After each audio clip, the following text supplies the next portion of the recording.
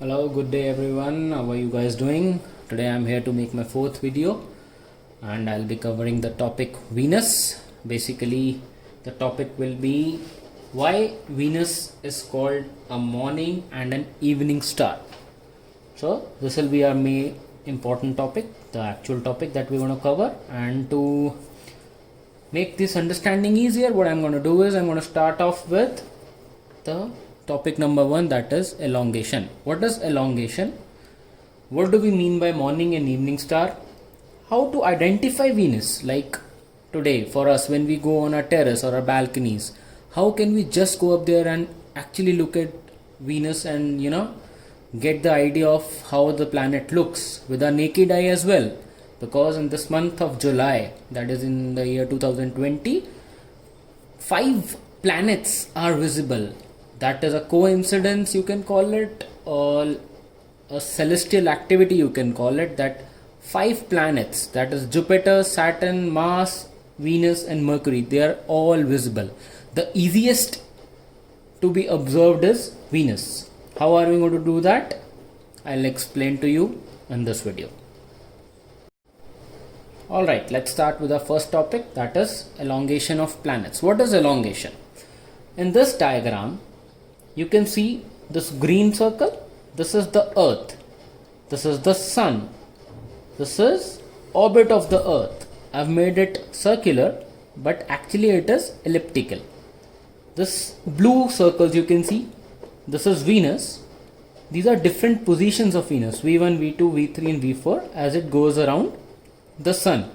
This is M1 and M2. This shows the position of Mercury while going around the Sun, and this is J1, J2, J3, J4 is Jupiter.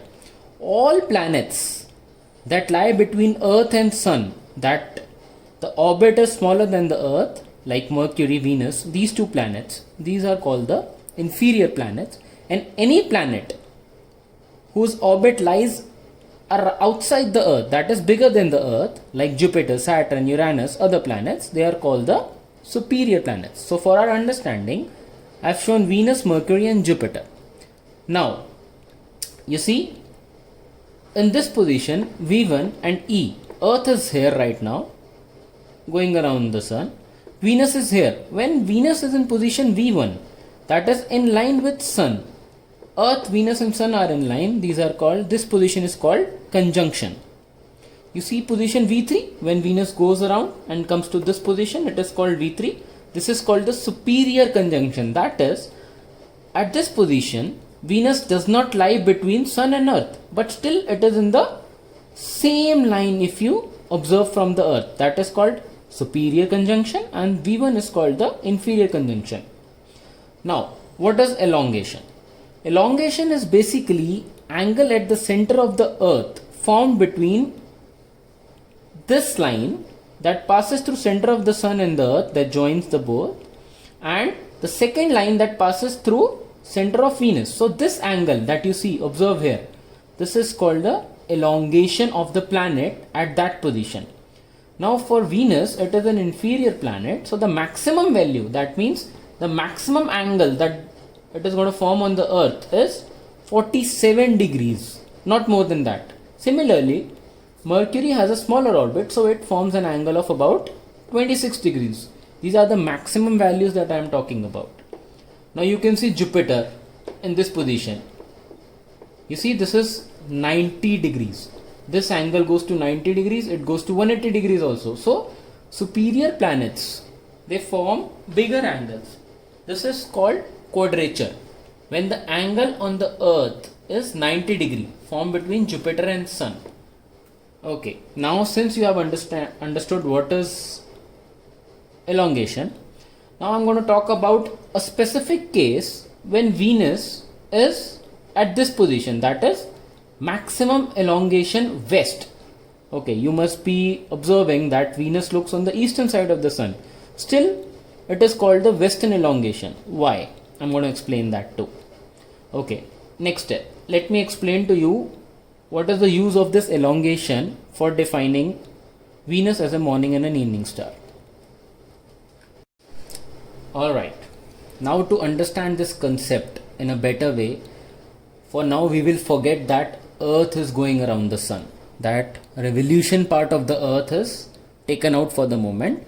Just remember that Earth also rotates on its axis. It completes one circle in 24 hours. Correct? So now, considering the first case, that is Venus is at position V1, that is inferior conjunction, and as I've told you before, just imagine you are on this planet Earth. Okay, Earth is rotating, you are somewhere here. Now, when the Earth is rotating, you as an observer stationary on the Earth is moving like this. What happens when you reach a position somewhere here? You will be able to see Venus and Sun in one line together. That means when Venus is in conjunction with the Sun, it will rise, it will culminate, and it will set at the same time. Therefore, because of the brightness of the Sun, you won't be able to see Venus at the time. So how and when will you be able to see Venus? That is the thing. From this position to the position here, that is the superior conjunction, this position you will be able to see Venus, and from here to this position, that is the second half of the circle, you will be able to see Venus. When and how? When in the morning, when in the evening. So now imagine that Venus has reached its maximum elongation. You see this, the angle on the at the center of the Earth, this angle is going to be maximum when Venus is here. After this it starts reducing again. Here it is increasing, it reduces here. So here we'll assume that it is at the maximum angle, that is 47 degrees. This angle will be maximum 47 degrees. This is called the western elongation. This is called the eastern elongation. Now, when Venus has the westerly elongation at a position V2, from the Earth, you would see Venus rising at position Z1. That is, suppose you are here, that is night, you are facing opposite to the Sun, the light is not falling on your side. So, what happens? You see, Earth is rotating, you are here, here, here. The moment you reach this position Z1, you will be able to see Venus, but Sun is still below your horizon. That is, before sunrise, you will be able to observe Venus, and needless to say, it will be on the eastern horizon. All celestial bodies, sun, moon, stars, planet, everything rises in the east and sets in the west. This is the thumb rule, and this is all due to rotation of the Earth. There cannot be any body that rises in the west and sets in the east. It is not possible due to direction of the rotation. Now, since Venus is rising before Sun, you see, the time taken from position Z1 to Z2, that is till the time Earth rotates further, the moment observer reaches this position Z2, you will be able to see the Sun rising. So how much is the gap here? 47 degrees. If you divide it by 15 degrees, it will be somewhere around 3 hours. So therefore, what you can say is, when the Venus is at its maximum elongation west, sunrise will be approximately 3 hours after the rising of Venus. Hence, you will be able to see Venus as a morning star, that is before dawn. And the opposite happens when Venus reaches its easterly elongation. When, see, suppose you are, now we'll forget these two cases and assume that Venus is at V3, that is the easterly elongation. Earth is rotating, you are stationary, this pen, consider this, that you are standing here, Earth is rotating, rotating, rotating. Now you have reached position Z3. Now, Sun is now setting on your horizon, but Venus is still far above, that is, it is still visible. So from Z3 to Z4, time taken for Earth to rotate this much will be the time that Venus will be visible even after sunset. That is about 2.5 to 3 hours extra. The Sun has set and Venus will be available. Where? On the western horizon. Now we are talking about setting of the bodies. This was on the eastern horizon. When Venus is a morning star, you will be able to see it on the eastern horizon. And when it becomes the evening star, that is from superior conjunction to inferior conjunction, this semicircle, it will be visible on the western horizon. Now the point comes how to identify this planet for us with naked eyes, for a layman. Okay, let's talk about that. Okay, now specifically for this month of July, what you can do is, Venus is a morning star right now. So you can get up early before dawn in the morning, go on the terrace and just approximately face towards the east from the position where sun rises towards the direction. What will you observe? You will be observing these two constellations. What are these two constellations? You must have heard about Taurus and Orion. You see, you will be able to see these stars that I have joined by dotted lines just to be clear. You see horizon, it looks like a warrior. That is how it looks in the sky. And this is the bull. These two are the horns of the bull and they make a face. Basically, this is the shape that stars form. Why am I telling you this? Because it is very important to identify these constellations so as to identify Venus. Now what happens? You see, this is the best and the most easily identifiable constellation, Orion. You will be able to see. What you have to see, you have to identify Orion, that will be on the eastern side. And you see this belt, this is called the Orion's belt. These three stars, this Orion contains Bellatrix, Betelgeuse, these stars.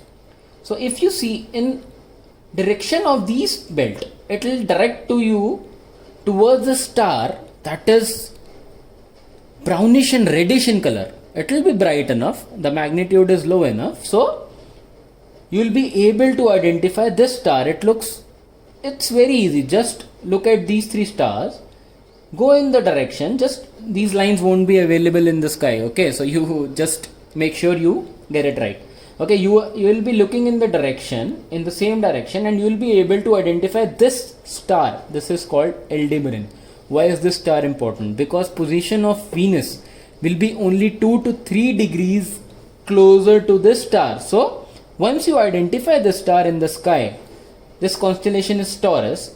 I've made this just for your easy understanding. The only important part right now is Orion's belt. In the direction you will find Aldebaran.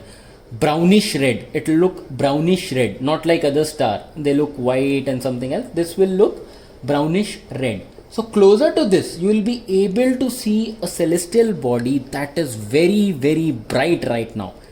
That will be Venus. Shape of the Venus by using a binocular or a telescope.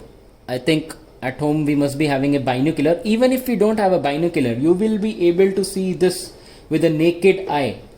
A celestial body, white, bright in color, closer to the star. That will be Venus, my friends. So right now you will be able to locate Venus, and if you want to see phases of the Venus just like moon, right now Venus will be crescent in shape.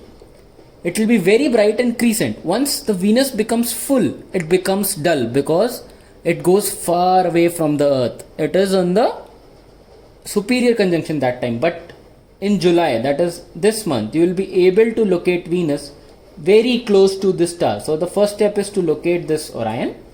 Go in the direction, you will be able to see a reddish brown star, and closer to that, a very bright celestial body, that will be Venus. Okay, so if you are interested in looking at Venus or other planets, you can go about it. And if you are interested in identify further stars or planets, let me know in the comments. I'll get back to you with the details.